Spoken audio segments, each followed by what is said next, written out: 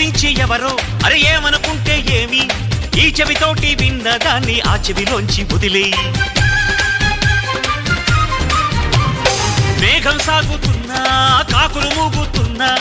ఆకాశానికి మలినాలేవి అంటుకోవని చెప్పి పూల పంతి పట్టి నీటి మధ్యలో ఉంచిన తేలుతుందో ఈ పైకే సోదరా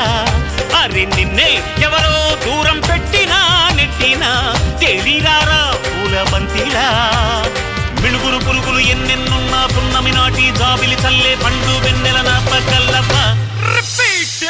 శక్తులన్నీ వచ్చి చేరుకుంటే